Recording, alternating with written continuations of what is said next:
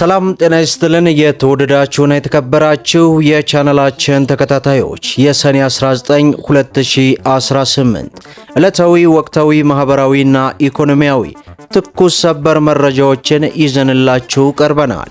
በቅድሚያም ዋና ዋናዎቹን በማስቀደም እንጀምራለን። ከሰራተኞች ጋር በተያያዘ አዲስ ረቂቅ አዋጅ አዲስ መመሪያ ሊተገበር ስለመሆኑ በዛሬው ዕለት ይፋ ሆኗል። በሌላው መረጃችን እስከ 50 ሚሊዮን ብር የሚደርስ የገንዘብ ቅጣትና የንብረት መውረስ እርምጃ ተወስኗል። ከምን ጋር ተያይዞ ነው? ይህንንም በዝርዝር እናደርሳለን። እንዲሁም ከቪዛ ጋር በተያያዘ የቪዛ ገደብ ተጥሏል። ይህንንም በዝርዝር ወደ እናንተ እናደርሳለን።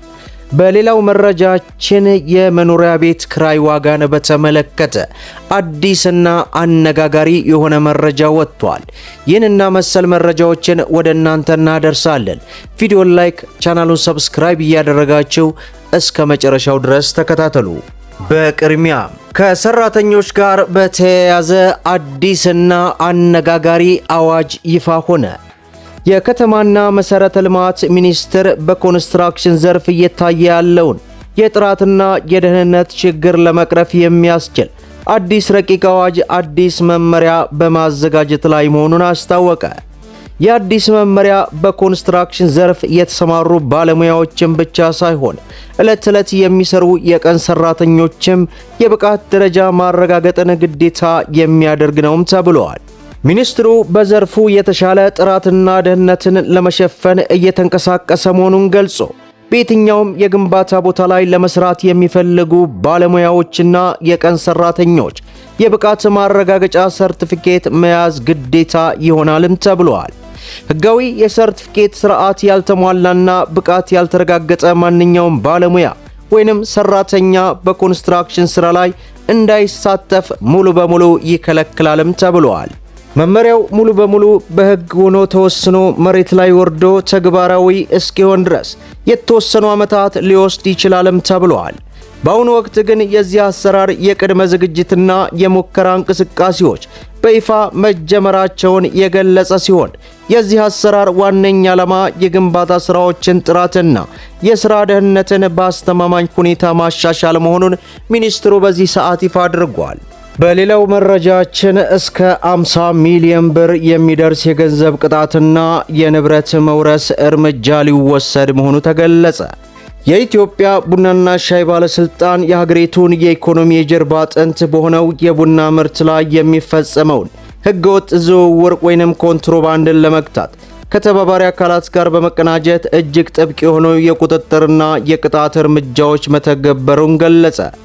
የቡናና ሻይ ባለስልጣኑ ዋና ዳይሬክተር እንደተናገሩት ህገወጥ የቡና ንግድ የሀገሪቱን የውጭ ምንዛሪ ገቢ በእጅጉ እየጎዳ በመሆኑ ድርጊቱን በቁርጠኝነት ለመከላከል አዲስ የክትትል ስትራቴጂ ተቀርጾ ወደ ስራ ገብቷልም ተብሏል።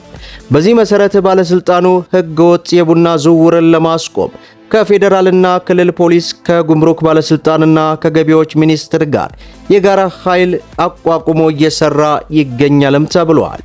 በመሆኑም ያለ ህጋዊ ፍቃድና ሰነድ ሲንቀሳቀስ የተገኘ ማንኛውም የቡና ምርት ሙሉ በሙሉ ይወረሳል የተባለ ሲሆን በህገወጥ የቡና ሰንሰለት ውስጥ ተሳትፈው በሚገኙ ግለሰቦችና ድርጅቶች ላይ እንደ ጥፋታቸው ደረጃ እስከ 50 ሚሊዮን ብር የሚደርስ ከባድ የገንዘብ ቅጣት ይጣላልም ተብሏል። የኬላዎች ቁጥጥርን በተመለከተ በመረጃዎቻችን በፈጣን ቴክኖሎጂ በመለዋወጥ ዋና ዋና የቡና አምራች ክልልና መውጫ ኬላዎች ላይ ፍተሻው ተጠናክሮ ይቀጥላልም ብለዋል።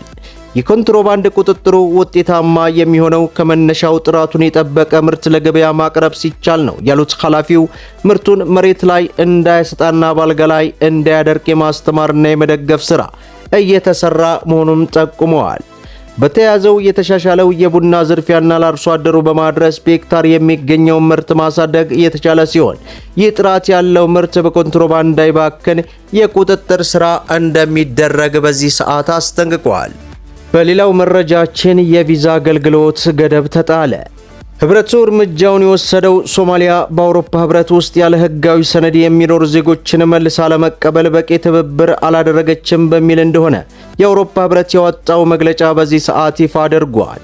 ህብረቱ ሶማሊያ ዜጎቿን ወደ ሀገራቸው የመመለስና መልሶ የመቀበል ሂደትን በተመለከተ ከአውሮፓ ህብረት አባል ሀገራት ጋር በቂ ትብብር አላደረገችም የሚል ውሳኔ ላይ ደርሶ እንደሆነ ዘገባው ጠቅሷል።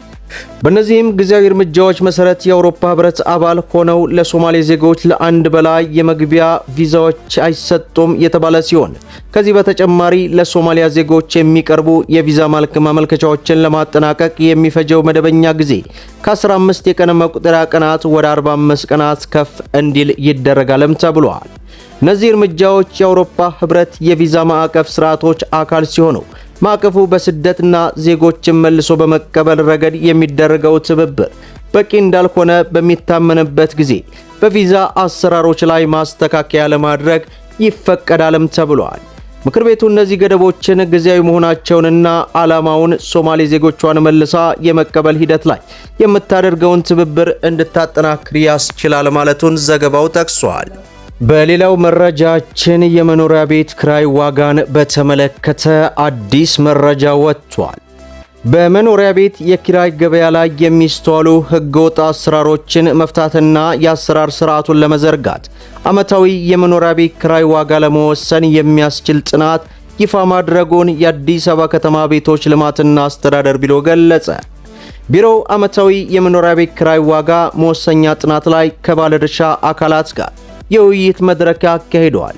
በምክር ቤት መድረኩ የቢሮው ኃላፊ ቅድስት ወልደ ጊዮርጊስ እንደገለጹት በመኖሪያ ቤት የክራይ ገበያ ላይ የሚስተዋሉ ህገወጥ አሰራሮችን ለመግታት በርካታ እርምጃዎች ተወስደዋልም ብለዋል። የአከራይና ተከራይ ውል ምዝገባ በተሳካ ሁኔታ በማከናወን ያልተገቡ አሰራሮችን በማስቀረት ስኬታማ ስራ መከናወኑን ጠቅሰው የምዝገባና የክራይ ዋጋ ማስተካከያ ጥናቱ በከተማዋ ሁለንተናዊ እሴቶች ላይ የራሱን የሆነ ኢኮኖሚያዊ፣ ማህበራዊና ፖለቲካዊ ፋይዳዎች እንደሚኖሩትም ጠቅሰዋል። አከራይ ከንብረቱ ተገቢውንና የወቅቱን የኢኮኖሚ ሁኔታ ያገናዘበ ፍትሃዊ ገቢ እንዲያገኝ የሚያደርግ ሲሆን ተከራይ ደግሞ ከገቢው ጋር የተመጣጠነ ኪራይ በመክፈል የተረጋጋ ህይወት እንዲመራ ያደርጋልም ብለዋል። ገበያውን ጤናማ በማድረግ የንግድና ኢኮኖሚ እንቅስቃሴን ለማረጋጋት ወሳኝ ሚና እንደሚኖረውም ጠቅሰው በአከራይና ተከራይ መካከል የነበረውን ያለመተማመን መንፈስ በማስቀረት በመተማመንና በህግ ማዕቀፍ ላይ የተመሰረተ ሰላማዊ ማህበራዊ ትስስር እንዲፈጠር ትልቅ አስተዋጽኦ ያበረክታል ተብሏል። የቁጥጥርና የአስተዳደር ስርዓቱ መንግስት ለህዝብ መሰረታዊ ጥያቄዎችን ምላሽ እየሰጠ መሆኑን የሚያሳይና የመልካም አስተዳደር መርህን በተመለከተ የገለጸ ነው ያሉት ኃላፊዋ ጣልቃ ገብነትን በማስቀረት በህዝብና በመንግስት መካከል ያለውን እምነት ይበልጥ እንደሚያጠናክር መገለጹን በዚህ ሰዓት ዘገባው አመላክቷል። መደመጥ ያለባቸው ወሳኝና አነጋጋሪ የሆኑ መረጃዎችን ይመስላሉ። ቪዲዮን ላይክ ሼር አድርጉት እያልኩ እስከ ፍጻሜው ድረስ አብራችሁን ስለቆያችሁ ልባዊ ምስጋናችን እየሰጠን በሌላ ቪዲዮ እስከምንገናኝ ወሰላሙ አለይኩም ወራህመቱላሂ ወበረካቱ።